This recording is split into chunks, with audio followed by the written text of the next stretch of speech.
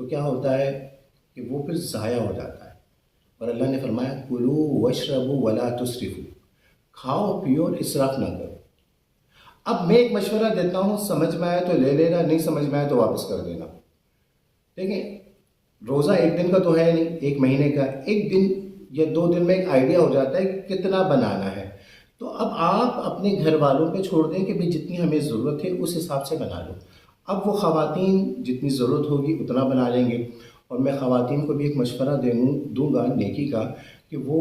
کوشش یہ کریں اپنے گھر والوں سے، اپنے شوہر سے، اپنے والد صاحب سے مشورہ کر کے کہ بھئی ہم تھوڑا سا زیادہ بنا لیتے ہیں تو کسی کو ہم افطار کروا دیں گے۔ حضور فرماتے ہیں اگر کوئی شخص افطار کرواتا ہے تو اس کو اتنا اجر ملتا ہے جتنا روزہ رکھنے والے کو،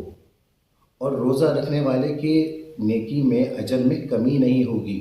تو آپ براہ کرم اگر تھوڑا زیادہ بھی بنا لیتے ہیں تو اپنے پڑوس میں، اپنے رشتہ داروں میں، اپنے پیاروں میں، اپنے کام کرنے والوں میں آپ ان کو افطار کے لیے بھیج دیں تو آپ کو ثواب بھی مل جائے گا۔ تو آپ مثال کے طور پہ اگر تھوڑا زیادہ بنا لیتے ہیں، اس میں جو شوہر ہیں یا گھر والے ہیں، والد صاحب ہیں، ان کو بھی اجر ملے گا اور خواتین کو بھی اجر ملے گا، کیونکہ وہ بھی بنا رہی ہیں۔ اور انما الاعمال بالنیات، عمل کا دار و مدار نیت پر ہے، خلوص ہونا چاہیے، ریاکاری ہرگز مقصود نہیں ہونا چاہیے۔ اب مثال کے طور پہ کسی نے ایک دن اگر افطار کروا بھی دیا، وہ یہ سوچے کہ بھائی ایک دن کروا دیا، آج تو ہم نے پکوڑے بھی بنا لیے، سموسے بھی بنا لیے، ہم نے رول بھی بنا لیے، ہم نے پڑوس میں بھیج دیا، اب روز روز تو نہیں بھیج سکتے۔ تو حضور فرماتے ہیں کہ ضروری نہیں ہے کہ افطار پارٹی ہو،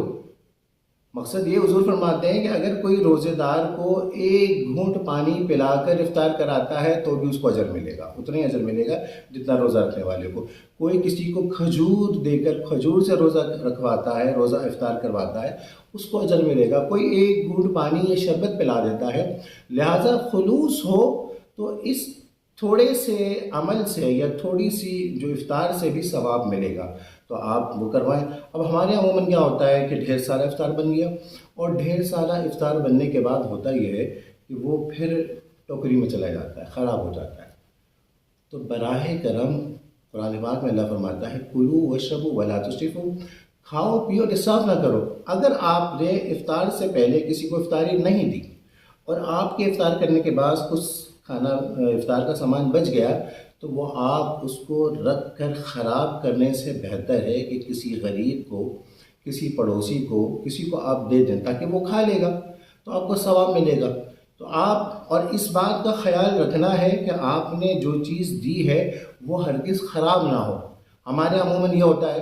کہ جب چیز کوئی خراب ہونے والی ہوتی ہے نا تو ہم اپنی ماسی کو دے دیتے ہیں، اگر کوئی چیز خراب ہونے والی ہوتی ہے تو کسی غریب یتیم مسکین کو دے دیتے ہیں۔ اللہ فرماتا ہے 4 سپارہ لن تنالوا البر حتى تنفقوا مما تحبون، ہرگز نیکی کو نہیں پہنچو گے یہاں تک کہ تم خرچ کرو جو تم پسند کرتے ہو، یعنی جو تم پسند کرتے ہو وہی خرچ کرو نیکی میں، تو اللہ رب العالمین کرم فرمائے گا، تبھی نیکی ملے گی۔ تو اب ہمارے یہ ہوتا ہے نا کہ ہم عموماً کیا کرتے ہیں کہ ہم وہ چیز جو خراب ہونے والی ہوتی ہے، اور خاص کر جب فریج کی صفائی ہوتی ہے نا،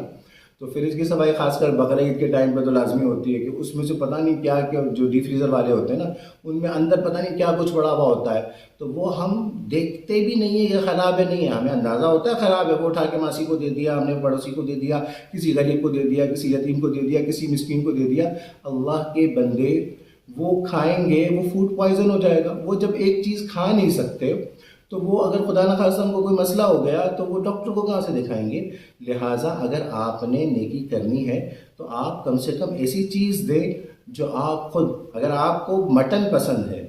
آپ کو اچھی سے اچھی ڈش پسند ہے، لیکن اگر اس میں اسمیل آ رہی ہے تو آپ کھائیں گے؟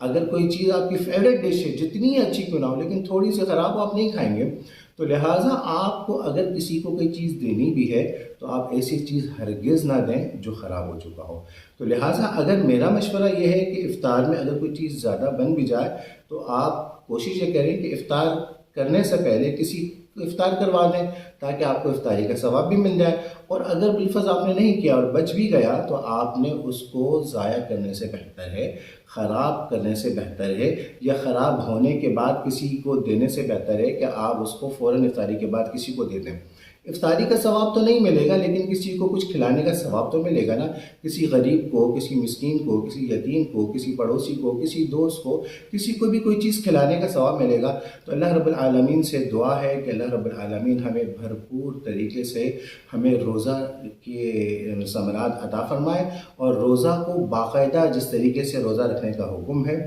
اس طریقے سے ہم روزہ رکھیں، اور جب اس کے روزہ رکھنے کی وجہ سے ہمیں اس کی جو خوشیاں ملیں تو ہمیں اس کی خوشی دنیا میں روزہ افطار کے وقت بھی ملے، اور جب رب کا دیدار کریں گے روزے کے صدقے تو اللہ رب العالمین کے خاص کرم نوازی ہوگی۔ وآخر دعوانا ان الحمدللہ۔